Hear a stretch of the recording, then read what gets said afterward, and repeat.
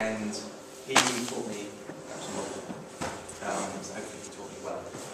It was a staple of his street act.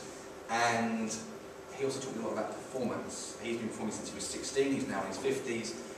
He lived in America for 30 years, and actually you're very fortunate. He now comes back to the UK each summer because he's got his parents getting elderly, and I think he's caring for them a bit. So you may get to see Gazzo at either Covent Garden or Bath. So if you see a guy called Gazzo, go and watch his act. His act is about 40 minutes long. He's got a little bit of magic in, but his interaction with an audience is something absolutely amazing to see. I also played with Jeffrey Durham, who anyone alive in the 80s will remember as the Great Soprendo. Did some stuff on Countdown and stuff, but a very experienced performer, and I owe a lot to him. One of the key things was in 2004 I worked for Marvin's Magic in Hamleys, and Marvin's Magic was the trick pack I first bought actually, so 10 years later I was then working for them, selling them. And that was a great experience because you're performing for 8 to 9 hours a day.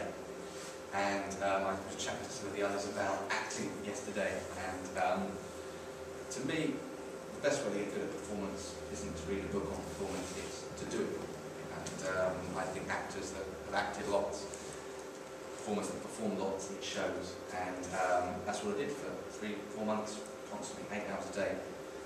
Performing for an international audience, which was very telling, very interesting, getting the dynamics of how foreign people react to my voice and slow things down. Magic's quite a visual art form, so it's quite nice to perform, because people don't necessarily have to be following what you're saying, so they can sort of follow what you're doing with props.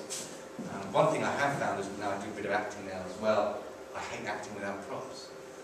I've spent 15 years always with a prop in my hand, and the directors can see me going, yeah, leads on the whole.